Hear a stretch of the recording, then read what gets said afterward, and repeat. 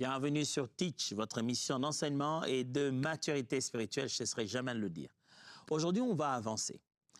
On s'était dit, on va se regarder droit dans les yeux, on va parler du fait d'être charnel. Ah oui, il faut qu'on en parle. Pour qu'on puisse en être guéri, pour qu'on puisse recevoir de l'aide, parce que quelquefois, bien, la chair revient au galop. On est devenu enfant de Dieu, la chair nous rattrape. Est-ce qu'on peut vaincre la chair? Oui, bien sûr. Est-ce qu'elle ne va pas revenir? Oui, elle va tenter de le faire. Peut-on encore la vaincre une fois de plus? Bien sûr. Il y a de secrets pour ça, pour vaincre sa chair. Et j'aimerais vous en proposer 5. 5 choses qu'il faut bien suivre à la lettre, y croire réellement, exécuter comme il se doit, et vous allez vous rendre compte que vous avez victoire sur la chair. Alors, let's teach. Grandissons ensemble.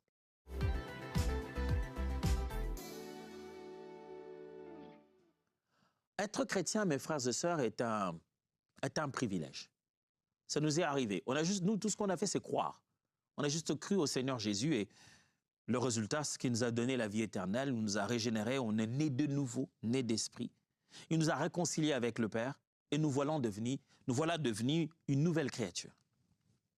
Mais il arrive que les habitudes, les pensées, les façons de faire, les milieux, les endroits, toutes ces choses qui ont été dans notre ancienne vie, elles sont là. Toutes choses qui sont devenues nouvelles, ce sont toutes choses de l'intérieur de nous qui sont devenues nouvelles. Mais on n'a pas de nouveaux parents. On n'a pas de nouveaux frères et sœurs. On n'a pas une nouvelle nationalité sur terre. Les choses qui sont devenues nouvelles sont à l'intérieur de nous. Mais notre monde dans lequel nous vivions, notre milieu dans lequel nous vivions, est encore le même. Le ténèbre qui nous entoure est encore là. C'est nous qui sommes devenus lumière. C'est nous qui avons été éclairés, mais le ténèbre dans lequel nous sommes est toujours là. C'est nous qui sommes devenus sel, mais le monde dans lequel nous sommes est encore fade. Ce qui fait que ces ténèbres qui nous entourent, ce monde qui nous entoure, qui est toujours aussi vieux et qui n'est pas devenu nouveau, quelquefois tente de reprendre son influence sur nous, tente de nous montrer qu'on ne peut pas tenir longtemps à être différent. Même si tout en nous à l'intérieur a été complètement remplacé, on subit des attaques extérieures. Le monde sachant les choses que nous avons aimées, connaissant le genre d'endroit où on a été esclave, connaissant nos points faibles. Et nous-mêmes, subissant le fonctionnement naturel de notre être, qui se souvient de choses. Vous savez, quand on est devenu enfant de Dieu, la mémoire n'oublie pas. C'est-à-dire que la tête a encore ce souvenir, les pensées sont encore là-bas. Il y a un système psychologique fonctionnel, automatique de notre être, qui de temps en temps a tendance à nous ramener les choses qui étaient là. C'est notre nouvelle identité, notre décision en Christ, qui doit s'imposer à ces circuits, à ce cycle, jusqu'à ce qu'il puisse complètement le couper. Couper ces circuits, couper ces cycles. Et montrer que ma tête, quand tu te réveilles le matin, tu ne réfléchis plus à comment tu réfléchissais avant, à ce qu'était ton ancienne vie. Et ça, c'est un combat. Un combat que Jésus a vaincu à la croix pour nous et nous a donné tous les moyens nécessaires pour que nous perpétuions la victoire. Si donc la chair revient, comment peut-on la gagner? Dans le texte de Romains, chapitre 6, se trouve une description très intéressante. Et je vais y aller mot à mot. Paul fait une description justement qui nous aide à savoir comment vaincre la chair. Et il utilise des verbes, en particulier à l'intérieur. J'aimerais attirer notre attention sur ces verbes-là. Romains chapitre 6, verset 6. Nous sommes en train de parler du tout premier verbe ici, c'est savoir. Que faut-il faire pour vaincre la chair? La première des choses, c'est savoir. Mais savoir quoi? Romains chapitre 6, verset 6. Écoutez ce qui est écrit.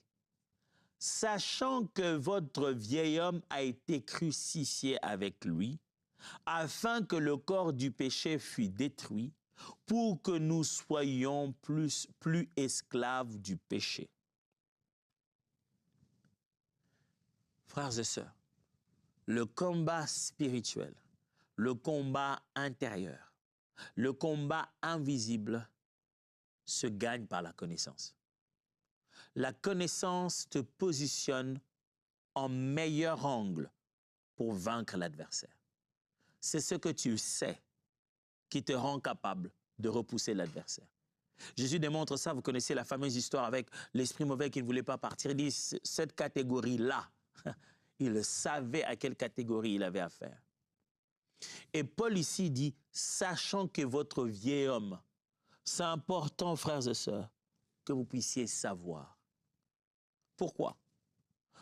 Parce que savoir vous permet de vivre loin de ce que vous ressentez. La foi ne se vit pas par ce que l'on sent. Elle se vit par ce que l'on sait. La chair te rappellera beaucoup ce que tu sens. Le corps, le monde tout autour te rappellera beaucoup le ressenti. La foi chrétienne en Christ, ta nouvelle nature fonctionne avec le savoir, la connaissance des vérités éternelles. Comment tu me dis que tu es sauvé? Comment? Prouve-nous. Est-ce que tu te sens sauvé? La chair te posera tout le temps cette question. Est-ce que tu te sens sauvé? Est-ce que tu te sens différent? Ne réponds pas là. Ne réponds pas dans le sentiment, dans la sensation, dans les émotions, dans le ressenti. Réponds plutôt dans ce que tu sais. Paul disait, je sais en qui j'ai cru. Est-ce que tu sais que ton vieil homme a été crucifié? Parce que l'ennemi, la chair, est en train de te faire oublier ça. Est-ce que tu sais? Je ne parle pas de l'information, je ne parle pas juste de l'information, mais du savoir comme une possession. Tu te souviens de qui tu es réellement. Frères et sœurs, vaincre la chair commence par notre prise de conscience de ce qui s'est réellement passé. Par savoir, je parle de prendre conscience. Prends conscience que tu ne l'as pas mérité. Prends conscience que tu ne l'as pas fait. Il a été fait pour toi, que ta chair a été crucifiée. Ah, je me rappellerai encore comment dans ma vie chrétienne, j'étais déjà devenu chrétien. Oh, mais c'était horrible de voir certains péchés revenir dans ma vie. De pleurer tout le jour en disant, Dieu, pourquoi je ne veux pas dire ça? Et de se sentir comme quelqu'un d'abandonné en se disant, Seigneur, mais est-ce que tu ne m'entends pas? Tu as pour toi le pouvoir tu peux claquer du doigt. Je n'en veux même pas à cette vie. Je ne veux même pas de ça. Je ne sais pas si ça vous est déjà arrivé. Et je commençais à avoir ma liberté quand je commençais à comprendre ceci. La parole de Dieu a commencé à sauter clairement à mes yeux. Après jeûne, retraite, prière, imposition de main, le Seigneur m'a ramené dans ces vérités. Il m'a dit, à Toms, pourquoi tu penses qu'il faut faire quoi que ce soit aujourd'hui? Je dis, mais Seigneur, il faut faire quelque chose. Il dit, mais ça a déjà été fait. Je dis, comment ça a déjà été fait? Il m'a dit, est-ce que tu sais? Est-ce que je sais quoi? Est-ce que tu sais que ce n'est plus toi qui vis, que c'est Jésus qui vit en toi? Est-ce que tu sais?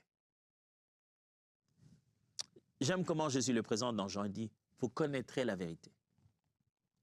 Et la vérité vous rendra libre. La vérité vous donnera votre liberté. La vérité. Enfin, de fois, on pense le savoir, mais on n'y croit pas au-dedans de nous. Le savoir est le point de départ de toute foi véritable et authentique. Quand on sait, on applique différemment notre foi. Quand on sait, on applique différemment notre foi. La Bible dit, la foi est cette ferme assurance. On sait. Est-ce que tu sais que le vieil homme, la chair, écoute-moi bien, est-ce que tu sais que la chair est morte? Tu te bats avec un fantôme? Est-ce que tu sais que la chair a été crucifiée? Sachant que votre vieil homme a été crucifié avec lui. OK. Important. Je ne dis pas que le jour où tu as donné ta vie au Seigneur, où tu as fait la prière en disant « Oui, aujourd'hui je donne ma vie au Seigneur », ce jour-là, ta chair a été crucifiée. Non, non, non, non, non, non, non. C'est crucifié avec lui. C'est-à-dire, au jour de sa mort à la croix, en mourant, Jésus a potentiellement crucifié la chair de quiconque croirait en lui. Quand toi, tu crois en lui, automatiquement, les péchés, ses instants, ses désirs et ses plaisirs ne sont pas crucifiés au jour où tu l'as fait. Du coup, à partir du jour de cette décision, tu bénéficies d'une ancienneté de victoire. Oh, gloire à Dieu. Ce n'est pas une victoire d'aujourd'hui et d'hier. C'est une vieille victoire qui t'a déjà été rendue disponible. Est-ce que tu sais? Pas est-ce que tu sens? Pas est-ce que tu l'as fait ou pas? Pas est-ce que le diable ramène ça dans ta tête? Commence à confesser ce que tu sais. Je ne dis pas que quand tu le confesseras, tu vas sentir. Non, non, il n'y a rien à sentir encore. Il n'y a qu'à savoir et à répéter ce que l'on sait. Est-ce que tu sais qui tu es devenu? Est-ce que tu sais contre qui tu te bats? Quelle est réellement la véritable position de ton adversaire? Tu te bats avec quelqu'un de crucifié et tu en as peur à ce point. Mes amis, des fois, on se bat contre rien.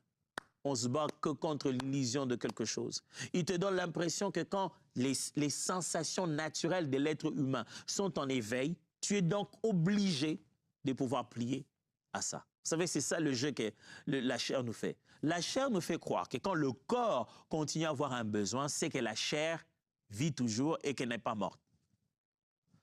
Confondez pas les besoins fondamentaux du corps que Dieu a placés là. Quand ces besoins reviennent, ça ne signifie pas que la chair est ressuscitée. Mais la chair, elle nous fait croire ça tout le temps. Dit, oh, tu as des désirs sexuels, c'est que ce n'est pas mort. Et te voilà, tu commences à prier, Seigneur. Prie, Seigneur, je t'en prie, enlève-moi tous les plaisirs du monde, enlève-moi tous les envies, enlève tout. Dieu ne peut pas tout enlever, tu dois manger, demain tu dois procréer, Dieu ne peut pas enlever ça. Il t'a créé avec ça, mais il a placé des cadres de fonctionnement de ces choses. Ce n'est pas la chair et la vie de péché qui avait amené ça en toi. Elle t'avait simplement donné le rythme de le vivre en dehors de son véritable cadre. Arrête de craindre celui qui est crucifié. Quand ces envies reviennent en toi, ça veut simplement dire que tu es un être humain. C'est Dieu qui les a placés. Comment y répondre? C'est ça qui détermine ta nouvelle naissance. Quand ces envies reviennent en toi, c'est l'occasion rêvée de montrer qu'on a fait un choix. Mais tu sais ce que la chair te dit? La chair te dit, oh, tu en as encore envie, c'est que c'est naturel, il faut que tu fasses ce que tu fais d'habitude. Ah, comment j'ai encore envie de faire ça? Donc je dois faire ce que... Non, non, non. Les envies ne sont pas liées à la solution temporaire que la chair t'avait donnée. Une solution que tu sais toi-même qu'en prenant cette direction, ça ne va avoir que culpabilité sur culpabilité. La chair aime te donner l'impression que c'est une pente glissante. Tu ne sais pas la remonter. Il en va de soi. Quand tu en as envie, c'est que tu vas le faire. C'est faux. Laissez-moi rester là un peu encore. Est-ce que tu sais? Parce que c'est là que se trouve la prison. Il faut que tu sois libéré de ça. Vous connaîtrez la vérité et la vérité vous affranchira. Est-ce que tu sais que tu es libre? Est-ce que tu sais que ni le diable ni la chair ne te forcent la main? Est-ce que tu sais que quand tu poses l'acte, c'est parce que tu décides? Est-ce que tu sais qu'il est déjà crucifié? Que la chair, elle est déjà crucifiée. Le vieil homme est déjà crucifié. Deuxième chose pour vaincre la chair, regardez. Le deuxième verbe qu'utilise Paul dans Romains chapitre 6, c'est le verbe regarder. Romains 6, verset 11. Ainsi, vous-même, regardez-vous comme morts au péché et vivants pour Dieu en Jésus-Christ. Mes amis, ce qui donne la chair pouvoir en nous, c'est qu'il change notre regard de nous-mêmes. Pour vaincre la chair, regarde-toi comme mort au péché. Ce n'est pas seulement regarder ta chair, ton corps, tes pensées, tes désirs qui sont le vieil homme qui est crucifié, mais quand tu te regardes, sache que tu es mort. pour le péché.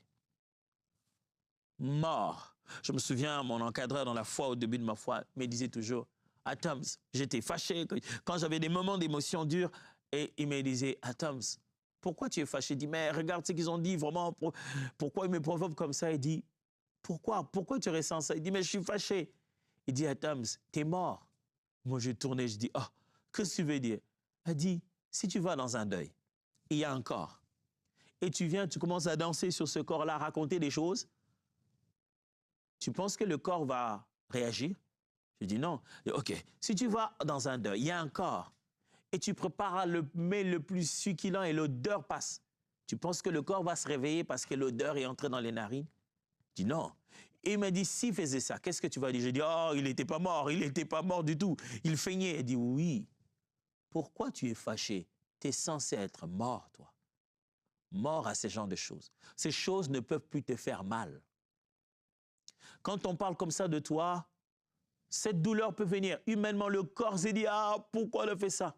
Mais ça ne peut pas aboutir parce que tu es mort.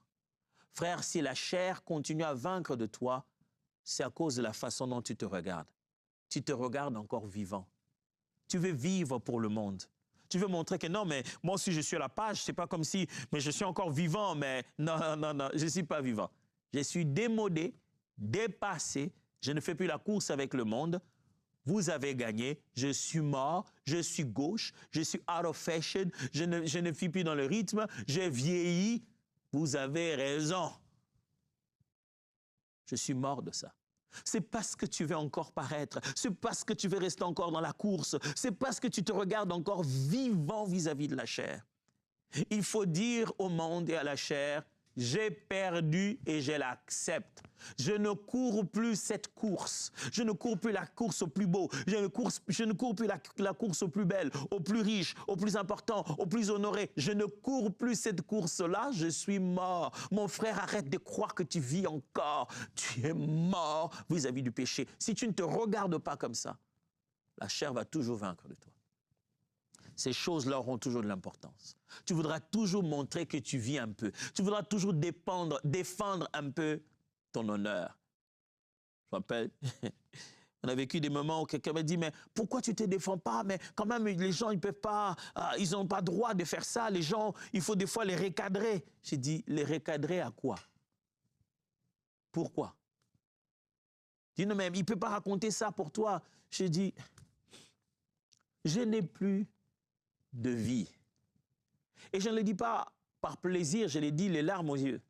J'aurais voulu en avoir un peu de réputation, un peu de respect, un peu de considération où chacun ne citerait pas ton nom comme il le veut, sans preuve, en racontant des choses qu'il ne peut même pas prouver, pour le plaisir de faire un plus grand nombre de vues sur ces vidéos, à vilipender ta personne, à réduire ta réputation, sans aucune crainte, à exposer des choses qu'il ne connaît ni d'Adam ni d'Ève, les laissant sur les réseaux sociaux, te dénigrant aux yeux de tes propres enfants.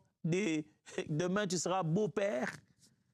Il se fout de tout ça. Il a besoin de se faire plaisir, de se faire des vues et de donner une impression de sainteté s'il peut frapper à ta justice pour la réduire, afin qu'il devienne plus juste.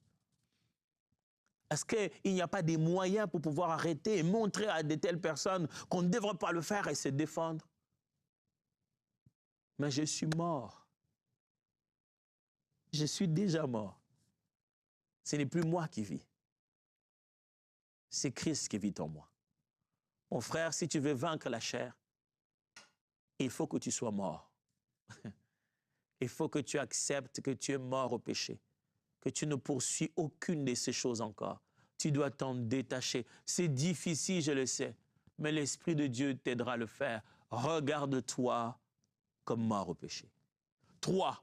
Offrir. Le troisième verbe pour vaincre le péché, c'est offrir. Romains chapitre 6, verset 13 dit, « Ne livrez pas vos membres au péché comme des instruments d'iniquité, mais donnez-vous, voilà, offrez-vous, donnez-vous vous-même à Dieu comme étant vivants des morts que vous étiez et offrez à Dieu vos membres comme des instruments de justice. » Il ne suffit pas de savoir que notre chair est crucifiée, de prendre conscience de notre état réel vis-à-vis de ce monde. Il ne suffit pas de, aussi d'un autre côté, se regarder comme mort au péché. Il faut aussi s'offrir. Il n'y a pas qu'un état de conscience, de savoir et de regarder. Il y a des actions à poser. Il faut s'offrir à Dieu, se donner soi-même à Dieu. Mais pasteur, tu as dit que j'étais mort, non? Qu'est-ce que j'ai encore à donner? Oui, cette conscience du peu qui te reste, de ce que tu es encore après tout ça, tout ce qui vit encore, donne-les à Dieu. Pour devenir que tes membres servent d'instruments de justice. Le plus grand secret pour vaincre la chair, c'est qu'elle ne doit pas se battre contre toi. Elle doit se battre contre Christ, en qui tu es et qui Christ est dans le Père. Si tu t'offres à Dieu, Romains le dit au chapitre 12, je vous exhorte, frères, à offrir vos corps comme un sacrifice saint, vivant et agréable. Si tu t'offres à Dieu, tu ne peux plus vivre pour la chair. C'est automatique, hein? Si tu te donnes à Dieu, la chair n'a plus d'offrande. La chair n'a plus rien à prendre parce que tu as tout donné. Mon frère, j'ai une question pour toi, ma sœur. Est-ce que tu t'es offert à Dieu? Je ne dis pas si tu as chanté un cantique qui dit « Oh, je m'offre à toi ». Non. Je dis si dans ta tête, dans ton cœur, dans ton âme, dans ton esprit, tu as accepté de te donner définitivement à Dieu. Tes membres pour la justice. Ta langue pour partager la vérité et la sagesse divine. Ton corps pour vivre la sanctification. Tes pieds pour te rendre à l'endroit de bénédiction. Est-ce que tu t'es donné? Est-ce que tu t'es engagé? Le changement de royaume sous-entend deux choses. La résiliation, le refus, le rejet d'une identité. Tu renonces à une certaine nationalité. Mais ça demande aussi l'adhésion, l'acceptation de dire, voilà, si tu ne t'offres pas encore, la chair aura toujours pouvoir sur toi. Je ne te demande pas de désirer t'offrir. Non, c'est de t'offrir. C'est une action. Ce n'est pas juste une prière. Ce n'est pas juste, oh Seigneur, je m'offre à toi. Non, en face des décisions à prendre, offre-toi à la direction du Seigneur. Donne-toi à ce qui glorifie Dieu. Quatrièmement, mourir, faire mourir. Ah oui, je parlais de savoir. Savoir que le vieil homme est déjà crucifié. Je parlais de regarder, se regarder comme mort au péché. Et je viens de parler de offrir, se donner soi-même à Dieu. Et maintenant, faire mourir. Colossiens chapitre 3, verset 5. Faites donc mourir les membres qui sont sur la terre, la débauche, l'impureté, la passion, le mauvais désir et la cupidité qui est une idolâtrie. Pasteur, tu viens de dire que je dois me regarder comme mort. Mais pourquoi je dois encore faire mourir? Parce qu'il ne suffit pas seulement d'avoir conscience de l'œuvre qui t'a été donnée, qui a été faite en ta faveur. Il faut aussi avoir un état d'esprit journalier et quotidien. Qu'à chaque fois qu'il y a la chair qui surgit, quelque chose qui vient, un besoin naturel qui revient et la façon de pouvoir satisfaire à ce besoin me revient d'après mon ancienne vie, je dois reprendre ce processus de faire mourir. Faire mourir veut dire accepter qu'on n'a plus le droit, je ne peux plus le faire. Mais tu sais que ça fait du bien, mais ce n'est plus moi ça. Frère, tu ne vaincras pas la chair si tu arrêtes de te battre.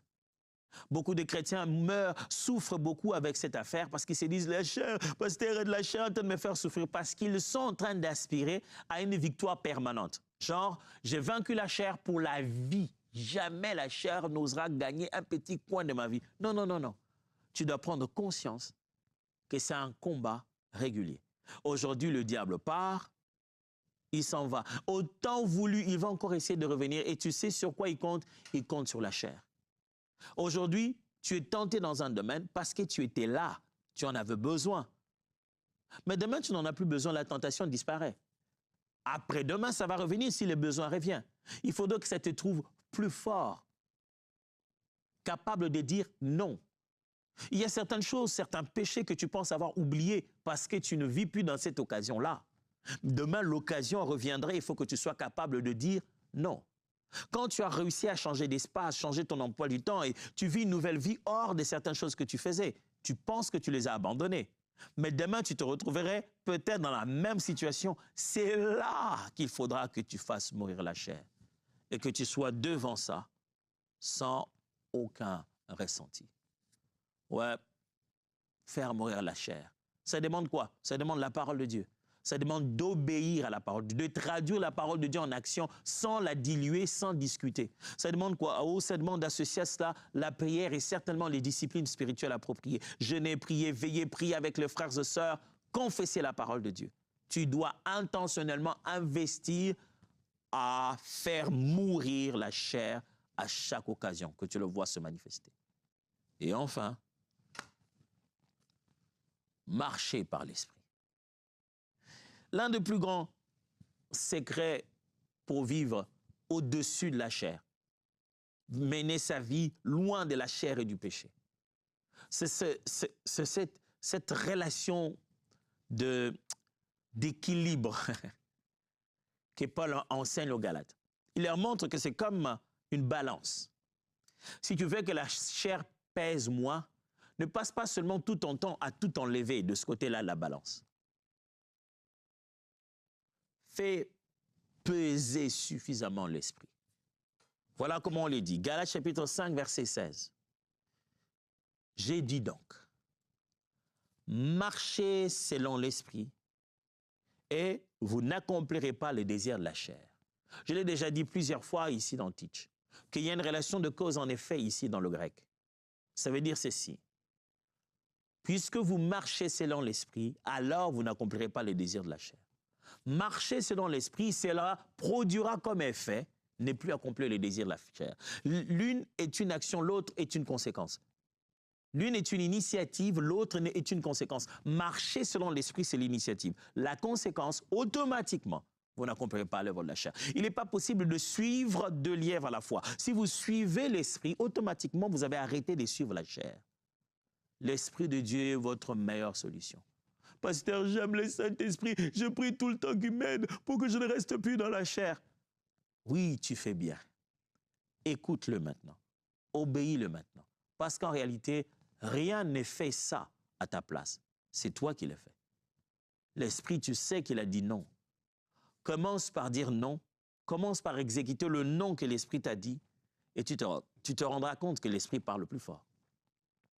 Pasteur, il y avait juste une petite pensée, mais ça n'a pas résisté. Mais la chair est forte. Quand tu vas commencer à dire oui à ce que l'Esprit dit, tu vas te rendre compte de combien sa voix va commencer à sonner plus clairement. L'Esprit devient clair quand on lui obéit. Obéis-le une fois, 2 fois, 3 fois. Ne compte pas le nombre de fois que tu n'arrives pas à te relever. Compte le nombre de fois où tu réussis à te reprendre en charge. Je ne suis pas en train de te dire qu'en un jour, tout va disparaître. Je suis en train de te dire qu'à chaque jour, le Seigneur sera à tes côtés. Laisse-moi prier avec toi. Seigneur,